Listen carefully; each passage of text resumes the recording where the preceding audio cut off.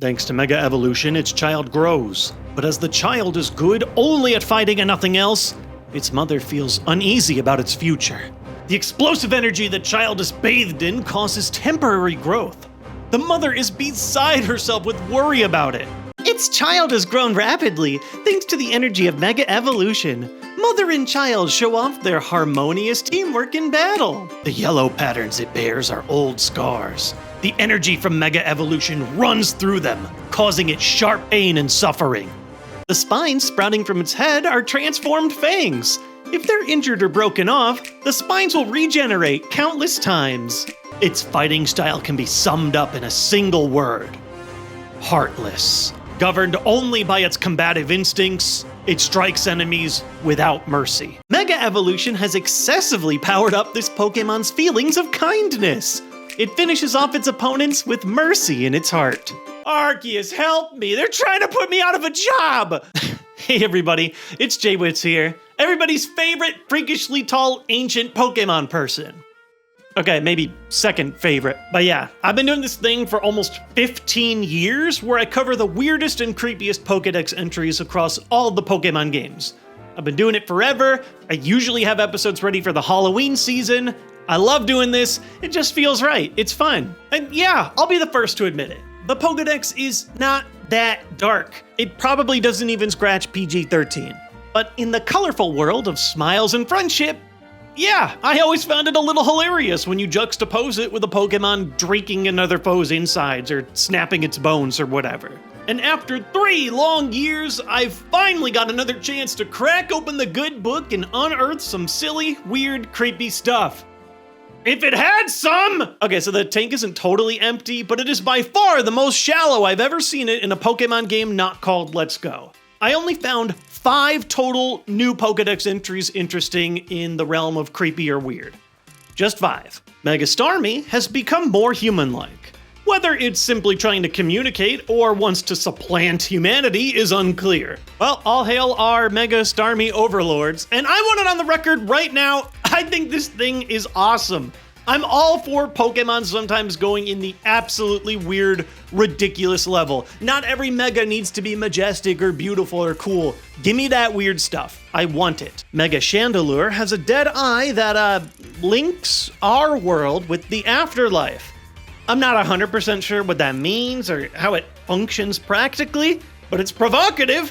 Mega Pyroar brings back one of my favorite silly Pokemon things by giving us a ridiculous number. Just completely unbelievable. It has flames that are 18,000 degrees Fahrenheit, aka 10,000 Celsius, aka twice that of the surface of the sun. Oh, that is a classic. That just brings me right back.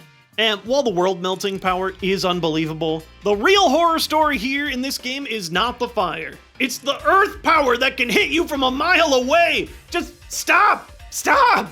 Oh, leave me alone! I'm just trying to catch that one low catch rate Skarmory that is conveniently hanging above the murder pile. Now, I hold a pretty hot personal take, which is that I think murder is pretty bad. However, some people would argue that there are fates worse than death in the Pokemon world. Mega Malamar uses its colorful lights to overwrite the personalities and memories of others, and to control them. See how like your body's still alive, but everything's been taken over to the will of Mega Malamar?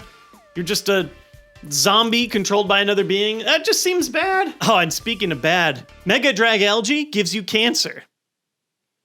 I'm not using lowbrow comedy. It literally gives you cancer. Literally causes the regenerative power of cells to run wild.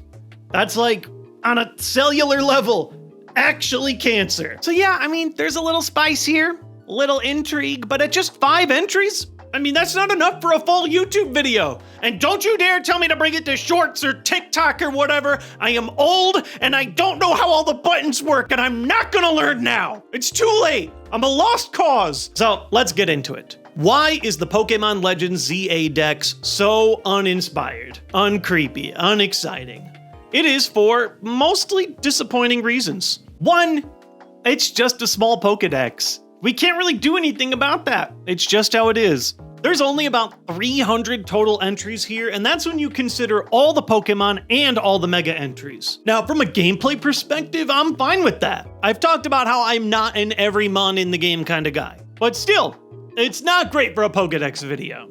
Also, like Arceus, there's only one game to work with. Like, we don't have a red and a blue, or a silver and gold, sword and shield. Not gonna get in trouble for saying that, right? 2, this Pokedex is full of repeat entries. See, previously with another small dex game like Arceus, all the entries were told from this unique, fresh perspective since it was set in an ancient time and Professor Laventon was covering it all. By the way, absolutely loved that they covered this again and had a little nod to it in the museum in this game. This dex, though, not very cool. They just overwhelmingly did not want to create new dex entries for, like, anybody. There are only around 40, maybe 50 new unique entries, period. You get every new Mega evolution, a small handful of returning old Megas, and a few new Pokemon forms. But sometimes I'll get the occasional funny or silly entry, look it up, and then be like, oh, come on, I covered this 10 years ago. Give me some new lore. Give me something fresh to work with, please. It's tradition. And 3, since we're basically left with just Mega evolutions, the Megas have changed. Again, in their debut games, Mega Evolution was shown as Pokemon hitting an ultimate temporary source of pure power, only attained through the bond between trainer and Pokemon hitting new heights. Now, funnily enough, the generation that debuted Mega Evolutions, Gen 6, they had 0 Mega Evolution Pokedex entries. Those came in Sun and Moon, which gave us a dark new turn. Just page after page of violent, gruesome, painful descriptions of Pokemon essentially going through agony in order to Mega Evolve. Pain, lost muscles, damaged brains, bodies melting. Why does this so-called ultimate bond come at an ultimate price all of a sudden? What's going on here? Everybody's got their theories about why this is. I mean, maybe the people of Alola, or the Rotom Pokedex, they just don't understand Mega Evolution. It's Kalos' thing after all. Or maybe it was Game Freak's way of saying, you know what, we don't want to keep doing this Mega Evolution thing. We're not going to do this every gen, so here's a canon excuse for us to stop doing it. Or maybe it's just a way to make Megas sound more badass. It's the ultimate forbidden technique, which brings you to a new level of power, but only at great cost to your body. That's gotta be the biggest shonen cliche of all time. I've seen this time and time and time again. My battling spirit will reach new heights, but I'm gonna break every bone in my body to do it. And a little outside the canon, the Pokemon anime definitely has moments like this, where both the Pokemon and their trainers' limits are tested by Mega Evolving. Or if you use a tool to do it by force, then you get those evil kinds of Megas. Or there's Pokemon Masters X, which leans into this idea as well. Professor Sycamore himself speculates that Mega Evolution could be painful, and theorizes why Pokemon are willing to go through such an ordeal. Or maybe after all that, it just ain't that deep. Mega Evolution is evil. Just pure, straight up evil, not complicated. Well, it was a possibility, but now that we're back in the world of ZA, looks like they just want to close that chapter permanently. Undo it all, Control Z. Most returning Megas reuse a lot of their old Pokedex entries. But when given the choice, the ZA Dex always chooses to take the most tame, least violent option. They just explicitly have said, nah, we do not want the creepy, painful stuff anymore.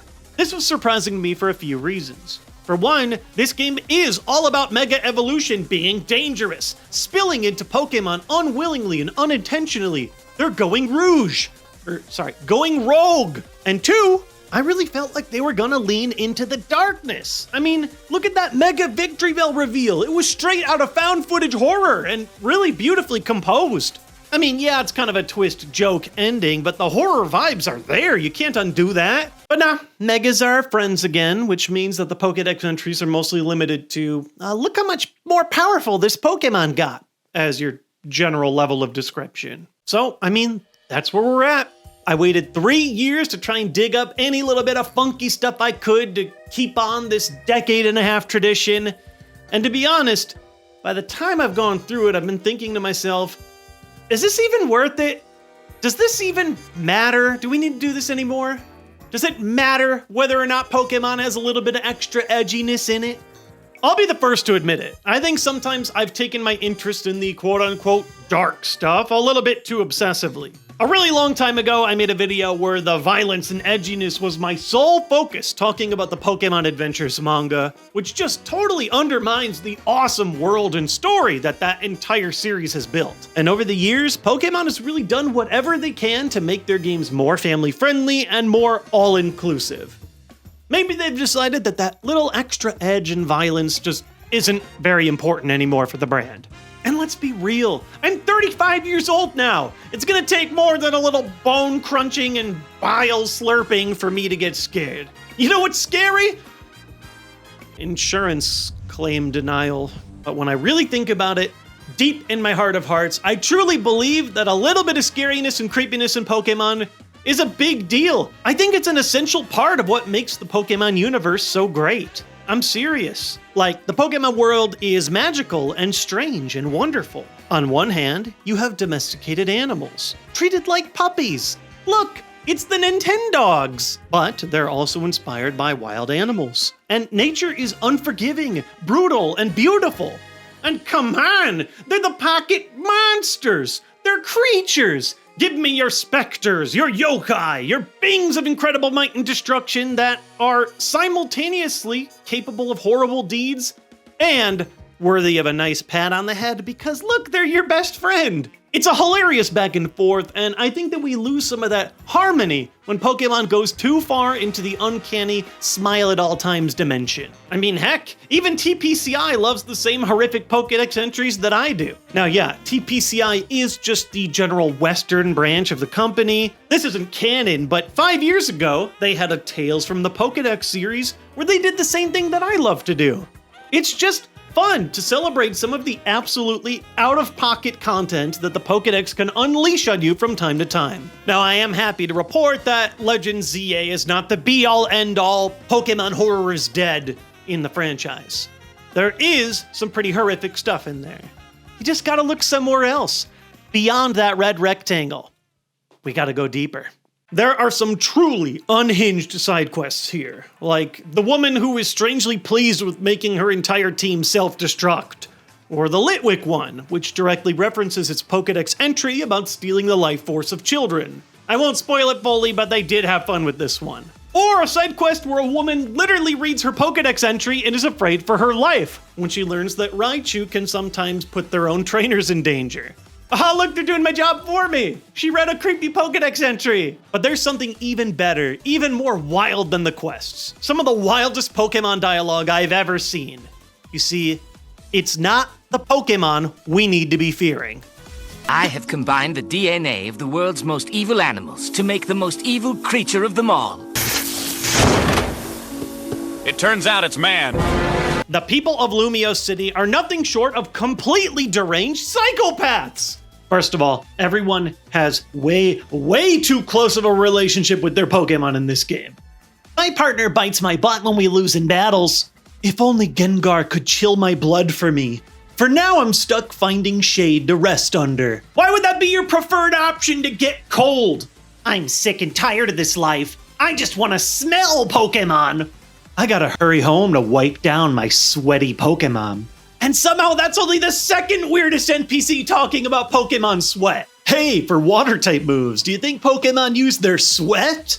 Or other bodily fluids? There's 100 other ways that they can produce water, like water bending where they pull it from the moisture in the air, or just it's magic water that just appears because these are magic beings. You've chosen the worst possible interpretation. And speaking of worst possible interpretations, here's a couple of Pokeball innuendos. If I'm upset, giving my partner's Pokeball a little squeeze helps. I can feel my Pokemon jostling in their balls when it's time to battle. And if there's anything else that the people of Lumios are obsessed with, it is death. What will happen to my Pokemon when I'm gone? Go where you want, die where you must. Okay, that one just kind of goes hard though. Everything that lives must die. It's an immutable rule, and straying from it can only bring pain. Okay, what is this, Full Metal Alchemist? Eyes! Aim for the eyes! Those were my brother's last words. But hey, as always, I hope you enjoyed this trip down memory lane. It is one of my favorite things to do. And at the end of the day, I think our parting wisdom should be to remember to treasure your life. Live it all to the fullest. Because, as Pokemon will tell you, we're all gonna die